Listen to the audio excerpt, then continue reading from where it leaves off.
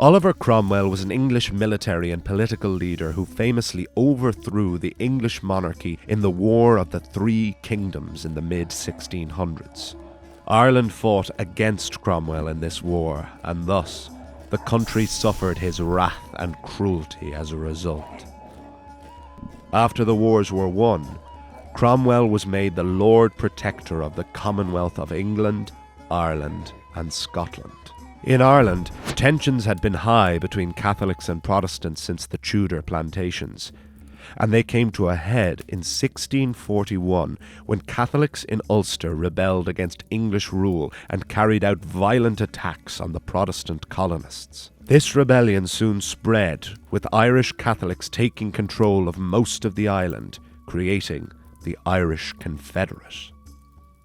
The violence in Ulster was exaggerated in English newspapers, which portrayed Ireland's Catholics as savages. Cromwell and the English public were furious. To add to his dislike for the Irish, they had backed his royalist opposition in the English Civil War.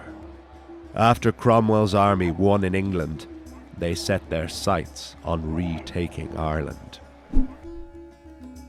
Cromwell had his new model army and a complement of heavy cannons. The poorer and less armed Irish were no match for the well-supplied English army.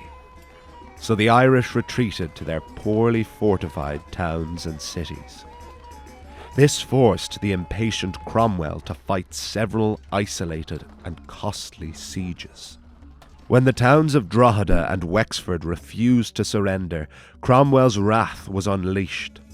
Once his army breached the city walls, they took no prisoners. Cromwell's cruelty was beyond doubt.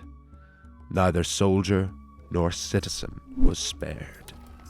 Cromwell and his army met more stubborn resistance at Clonmel and Waterford, but the English swept through the other towns with relative ease. The remaining Irish forces retreated west over the River Shannon. But a war was also brewing back in England, so Cromwell returned home and left command in Ireland to his son-in-law, Henry Ireton.